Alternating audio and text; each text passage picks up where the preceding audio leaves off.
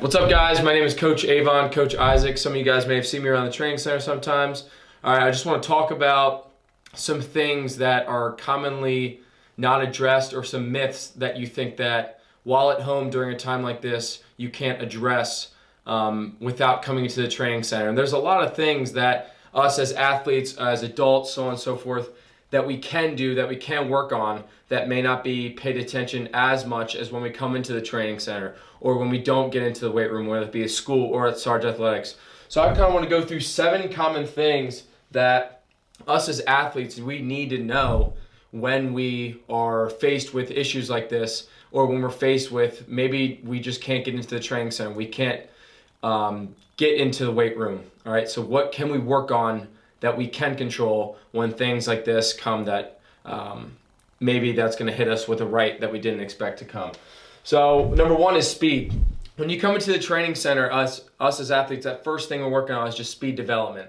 So there's certain drills, certain things that we can get outside, that we can stay even within our backyard, so on and so forth, to develop speed, how fast we're moving, how mechanically, how our proper mechanics are working, so on and so forth, for speed. So 2, agility. So when we are faced with an opponent coming to us, choosing which way to go, how do we react to a different stress? How do we move from going linear to lateral? How do we go from moving forwards to backwards? So that's something else that we can work on with certain cone drills, with different drills that we'll go into further down the line. Number 3 is change of direction. All right, it's a little bit similar to agility, but we need to know how to be able to break down properly, how to be able to shift our body weight from one side to the other, how to be able to drop our hips. So those are a lot of things that we can work on. All right, body coordination. All right, this is very important. All right, so one thing that we need to learn is when we come into the training center, when we come into these weight rooms and we do these things and we're getting coached up by, whether it be Coach Jose, whether it be me, on how to do a proper squat. If we can't move our body correctly, then what's the point of putting a weight on our back, even if it's a dumbbells that you have on home or the weight in here? So we need to be able to control our body through different ranges of motions that you would go through in sport, that we can work on while we're at home. So I write power and movement patterns here. So power. So when we go through plyometric drills, those drills where we jump on the boxes, those drills where we're, these 3 things when we're changing our body, when we're moving at high intensities. All right, how well can we control our own body without being on the athletic field, without having a band attached to us, without those all different stresses? All right, so those are some things we can work on that we'll go forward talking about. And then when I'm talking about movement patterns, so again, sport wants to take you in so many different ways that you can either address in the weight room or that you could not address in the weight room. And as coaches, we're responsible for putting you in those different movement patterns so that when it comes to the field, you are comfortable being in those positions, whether it be bent very low, picking up a ground ball, whether it be jumping up high, reaching for a basketball, it's way behind your head.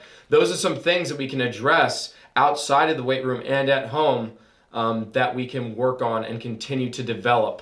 All right, so we'll go through some different things once we get out to the floor, that we can be able to maximize our power movement patterns and work on our body coordination. Number 5 is energy system development. So a little bit of a scientific term, if you will. So basically the energy systems is that we want to work on with sport is power, anaerobic power, and then aerobic endurance. So all those 3 things are things that we can work on. So when you get these workouts sent to you, right, if it says at different time constraints, that's working on different energy systems. So anaerobic being less than 3 minutes, aerobic being over 3 minutes. So in sports, some of you guys are taking, whether it be a shift, whether it be playing on the court for less than 3 minutes, maybe over 3 minutes. So we need to be able to develop those things. And those energy systems that our body works through, we can do those things and work on those things, improve them when we're not in the gym.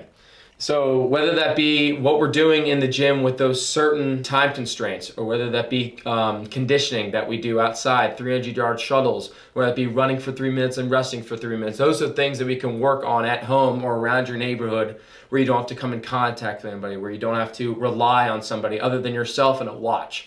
And that's a big key thing that we can develop here and get you better. So when it comes time to get back in the training center, when it comes time to get back into the weight room on the field again, you'll be so much better than the person that did not know these things. Number 6, stretching and mobility, which I think is maybe one of the most important things out of this list. Again, that I wanted to talk about when it goes back to the movement pattern, stretching and mobility. How are you able to move your body efficiently without any weights and then come in here and move inefficiently with weights, that discrepancy is something that you can completely address at home. So being able to be mobile means that you can get in these movement patterns easily, much easier than somebody else. And I know stretching is a thing that that a lot of people don't like to focus on, but if we can focus on certain mobility things and certain stretching things when we're outside of the training center, outside of the field, that's going to give us so much of a bigger competitive advantage, and maybe you can utilize your muscles so much better if you're more mobile, if you can stretch a lot better. And the last but not least is address uncommon movements. So when we're in the training center, when you do those things like SLDL, single leg deadlift, so when you're doing things like hip thrusts or like a Chinese plank that, it's a little different. Those are the things that we strength coaches need to put in your program, because so often when you're on the field, when you're at your school maybe doing lifts that you're not addressing. And those are issues like your hamstrings, your glutes, your lower back. All right, some of those maybe being on one leg at rear foot elevated split squat, a lot of those things that you're doing in the training center that maybe feels awkward, feels different, is something that we can address and will address at home. And just to be able to move through those different things requires minimal weights. So if we're able to balance on a single leg, able to reach and touch something on a single leg, able to squat on a single leg, so on and so forth, do those uncommon movements that you're not used to, that will be very important moving forward when you come off the field. So again, just to run through real quick, what we can and improve on when we're at home or outside of a weight room, whether it be during this time of being stuck in your house or you're on vacation, it does not matter where you are. 7 things that we can work on. Number 1, speed. How fast and how efficiently we can move our body, moving forwards, moving backwards. Number 2, agility. How we can stop when in reaction to an athlete, move side to side. Number 3, how we can move through certain patterns when it comes to pre-planned things. If I know I need to make a cut if I play football, how well can we make that cut at a certain angle? Number 4, body coordination. So how well are we able to jump? How well are we able to reach down and touch our toes or get down in those awkward movements that sport so much puts you into? Number 5, energy system development. All you're doing when you're breathing hard, when you're on the field, moving through those different lines or shifts, what have you. How well are we able to develop how your body responds to that stress and able to completely keep you moving, whether you be fatigued, so on and so forth. Number 6, stretching and mobility. How well are you able to move your knee past your toes? How well are you able to squat all the way down? Be able to handle those high amounts of stress in sport, but without putting too much strain on your joints, your muscle tendinous units. And number 7, address uncommon movements. So the posterior chain, what I talked about earlier, your hamstrings, glutes, lower back, those things that aren't covered in a power clean and in your normal dumbbell curl, things like that. How well can we address those things when we're at home? So that's Coach Avon's 7 things that you can work on when you're at home. Look for more content on how exactly we can work on those things. Thank you, guys.